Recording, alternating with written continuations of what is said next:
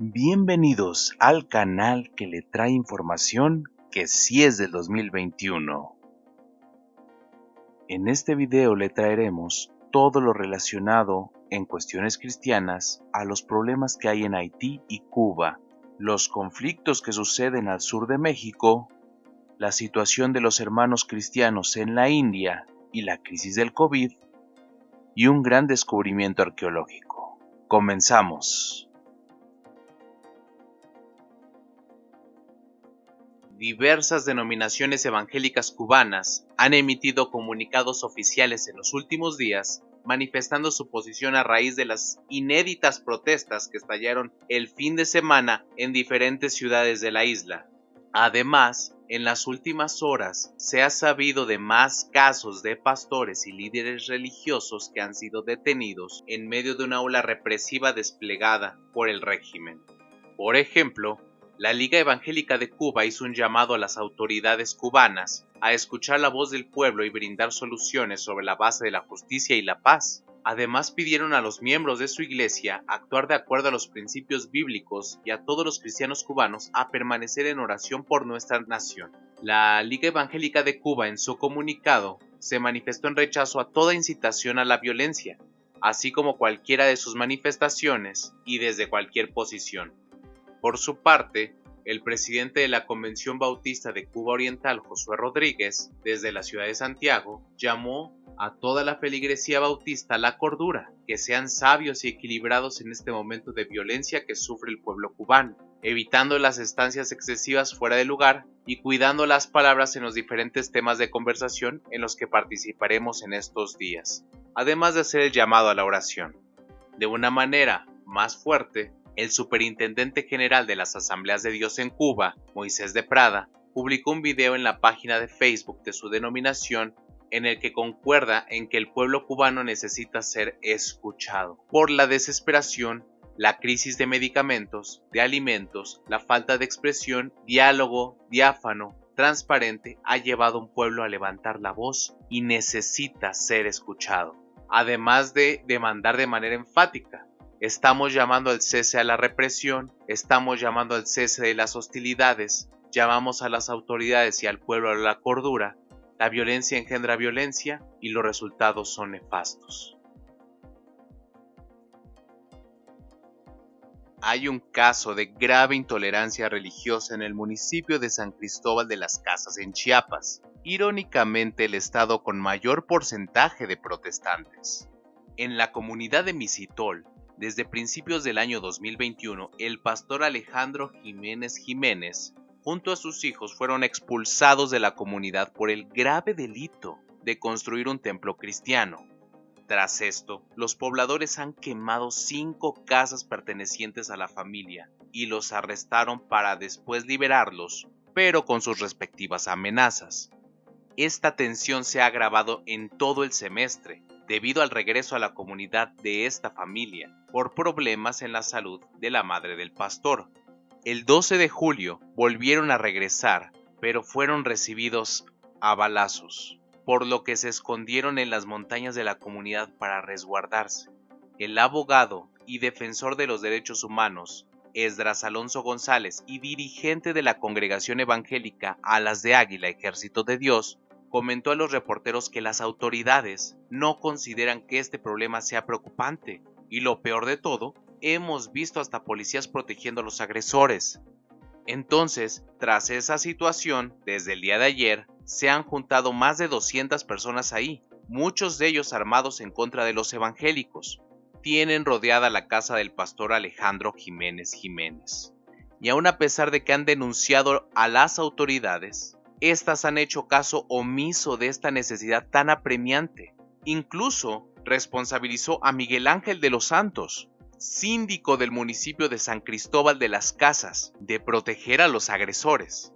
A lo mejor, dijo también, están esperando que haya muertes de evangélicos para actuar. El llamado está para el gobernador Rutilio Escandón, incluso para el presidente de la República, a evitar una tragedia.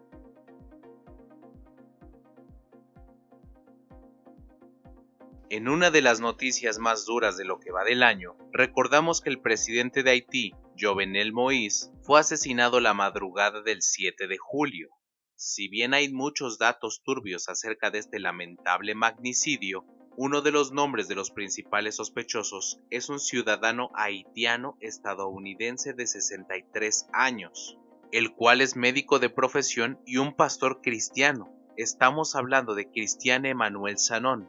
La policía ha acusado a Sanon de reclutar a los hombres que presuntamente mataron al presidente, aunque él enfatice negar tales acusaciones y decir que no estaba enterado de este asunto. En realidad, se sabe poco sobre Sanon en los años anteriores a su arresto. La información disponible públicamente indica que estuvo involucrado en una variedad de iniciativas caritativas desde el año 2000 en Haití. Independientemente de las investigaciones sobre este caso, hay muchas partes que necesitan tener una buena explicación, debido a que algunas teorías declaran que tras la caída del primer ministro, el pastor ocuparía la presidencia, aunque no se sabe cómo lo haría si él no estaba en ningún cargo político. Sin embargo, reuniones por Zoom y una reunión presencial en la República Dominicana son pruebas para acusarle, de acuerdo a las sospechas de la policía de Haití. Sumado al clima de tensión por las manifestaciones contra Moïse en los últimos meses, otros personajes dudan de esta versión oficial. Por ejemplo, Steven Benoit, ex senador del país latinoamericano, dijo que nadie cree esta disparatada versión. ¿Cómo es que ningún guardia de seguridad del presidente tuvo ni siquiera un raspón? También el ministro del gabinete de Moïse, Matías Pierre, preguntó de forma retórica: ¿cómo es que nadie haya detectado a 25 extranjeros que no hablan creole y que estuvieron en Puerto Príncipe por un mes? ¿Dónde consiguieron los numerosos autos que usaron? Sumado a esta noticia, aunque también relacionada al país caribeño, dos misioneros cristianos quienes decidieron, tras los tumultos de Puerto Príncipe, huir de la capital, murieron en un accidente aéreo en las montañas, y nos referimos a Trent Hostelter, de 35 años, y John Miller, de 43, quienes viajaban en una avioneta a la ciudad costera de Jacmel, también en Haití. Hay mucha necesidad en el país.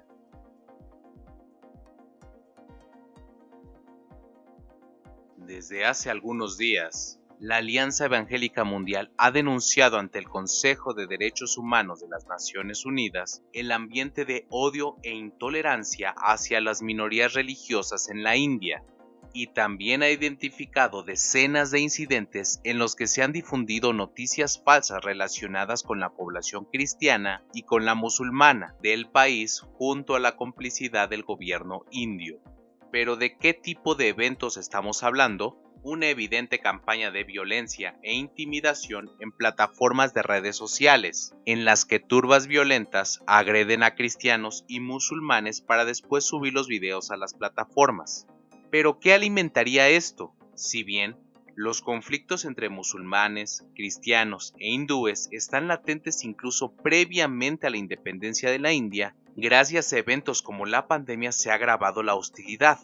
La información llega a través de un informe de la organización Puertas Abiertas titulado Mentiras destructivas, desinformación, discursos que incitan a la violencia y discriminación contra las minorías religiosas en la India, y elaborado por la Escuela de Economía y Ciencias Políticas de Londres, durante los meses de febrero y marzo del 2021. Recordemos que la India es uno de los países que más ha sido azotado por la crisis del COVID, por lo que en la persecución se menciona que tanto cristianos como musulmanes están tratando deliberadamente de propagar el virus e infectar a los hindúes a través de sus actos de culto. Así como han atacado a miembros de familias, también han ido turbas a hacer destrozos a aldeas que no son hindúes. Continúa Puertas Abiertas asegurando que la comunidad internacional no puede seguir ignorando lo que está sucediendo en la India. No pueden mirar hacia otro lado ante tales atrocidades.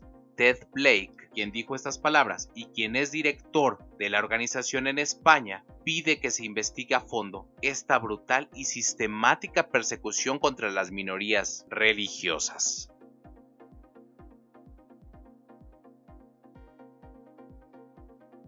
El grupo de arqueólogos de la Autoridad de Antigüedades de Israel ha presentado el hallazgo de restos de una jarra de cerámica de hace 3100 años, con un detalle nada menor, una inscripción con el nombre de Jerobaal. Estos restos fueron hallados en una excavación conocida como Jorbat al-Raí, cerca de Kiryat Gat, en el sur del país. Según reportes desde la Autoridad de Antigüedades, el nombre fue escrito en tinta en la jarra con capacidad aproximada de 1 litro, además de referir que las inscripciones en el periodo bíblico de los jueces son extremadamente raras. Como ocurre desde siempre, el dueño de la jarra probablemente escribió su nombre para afirmar la propiedad sobre el objeto, y en cuanto al nombre escrito, Jerobaal, no se puede estar seguro si es que se refiere al Gedeón del libro de los jueces, a quien también se le conoció como Jerobaal, y quien vivió en el periodo referido a la vasija. Mencionaron los profesores Joseph Garfinkel y Sahar Ganor, quienes dirigieron las excavaciones de la Autoridad de Antigüedades de Israel, con colaboración de la Universidad Hebrea de Jerusalén y la Universidad Macquarie de Sydney, Australia. Independientemente si haya pertenecido o no a Gedeón, hijo de Joás de la tribu de Manasés, se sabe que este nombre apela al monoteísmo, y esta vasija ayuda a desmentir varias teorías que algunos críticos liberales han escrito sobre la fecha muy posterior en la que Israel adoptó la creencia en un Dios único.